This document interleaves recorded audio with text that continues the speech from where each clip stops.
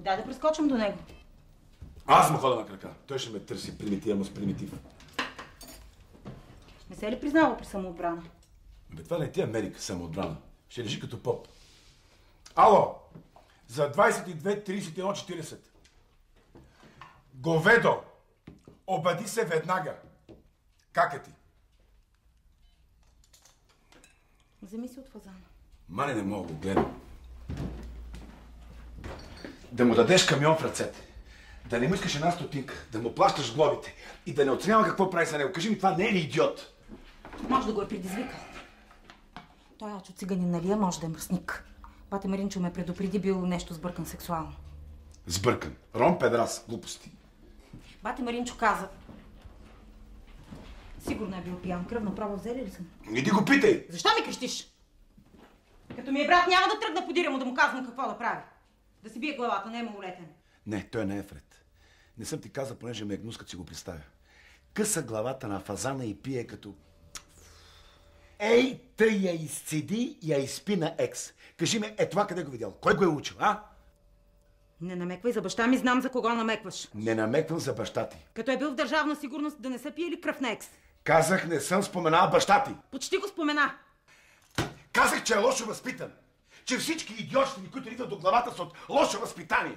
Трагедията на този народ не е в строеви, в системи, а в лошото му възпитание. И че това, ако не го осъзнаем, ще видим Европа през Крис Макерон. Какво беше това? Стрелят. От добро възпитание. Не стой там.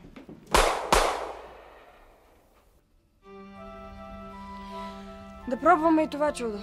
Трябва търпение. В търговете са нужни и нерви. Да, ама моите свършиха. И в склада няма чеденци.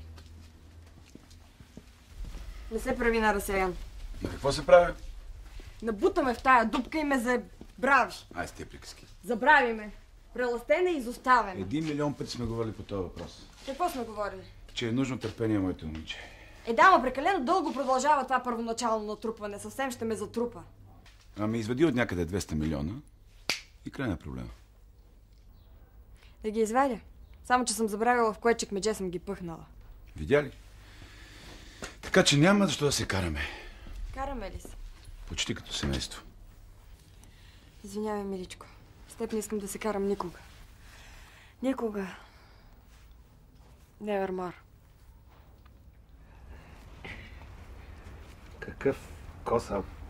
Същинска нутрия. Пълни с паразити. Най-малко 3 месеца трябва да им се дава дронцит.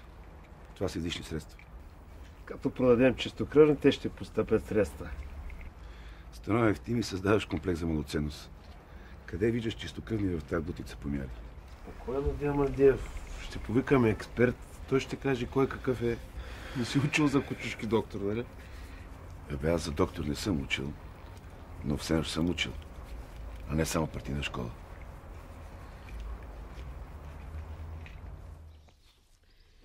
Но това са много пари, казвам. 3 милиона, какво да ги правя? Прави ги каквото ще отвръща ми. Започни търговия, купи имоти. Изяж ги, ако можеш. Твои са. Уния от градският комитет. Вземи парите и бягай, а? Да бе, не съм ти казал. Срам ме беше, но всичко може да се случи. Ти трябва да знаеш. На брат си няма да казваш. Ще ни заде с парсалите. Че сте ги взели?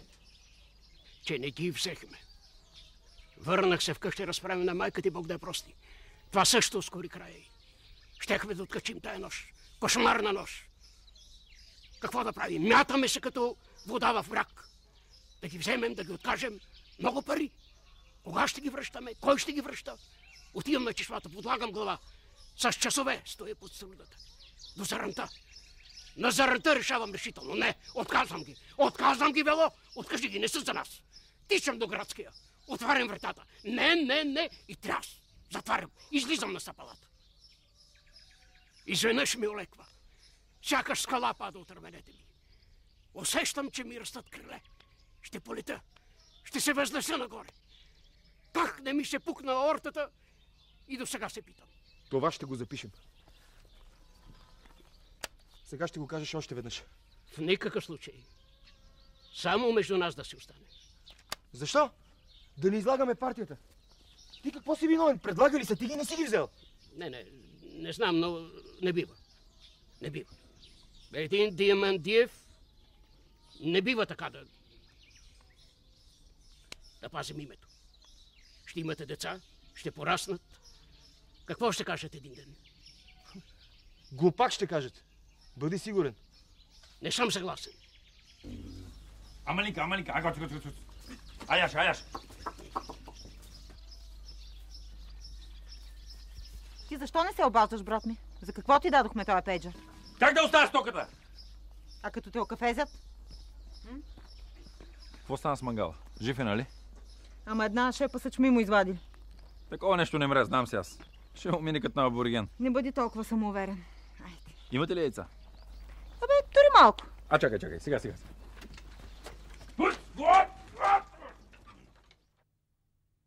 И отново стоя